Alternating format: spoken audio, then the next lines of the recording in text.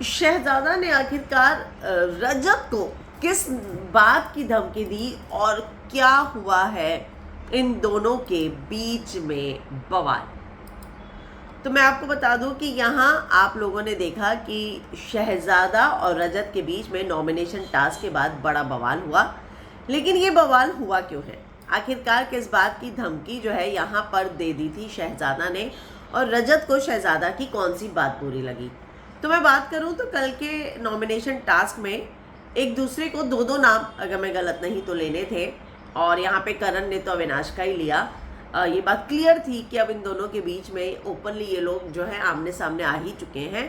पर रजत को लेकर शहजादा ने कहा कि ये छेड़छाड़ करता है। अब यहाँ रजत का कहना था कि जो शब्द इस्तेमाल किया गया है ये बहुत ही गलत है और इसीलिए वो क्लैरिफिकेशन चाह रहा था। जब उसने शहजादा से क्लैरिफिकेशन मांगी तो शहजादा ने कहा कि तू जो है मुझे अब आके सॉरी बोलेगा, तुझे पता नहीं है मैं कौन हूँ, मैं देखना तुझे बाहर निकल, फ़ोन करवाऊँगा, तुझे खुद सॉरी बोलना पड़ेगा। तो किस बात की जो है शहजादा धमकी दे रहा था, किससे फ़ोन करवाने की वो बात कर रहा था, और किस चीज़ को लेकर रजत इतना भड़का हुआ था, क्योंकि जो बात अब शहजादा ने कही थी छेड़छाड़ वाली, उससे तो कई गुना ज़्यादा बड़ी बात जो है रजत ने अविनाश के लिए कही थी, जब उसे कहा था कि लड़कियां सेफ फील नहीं करती हैं।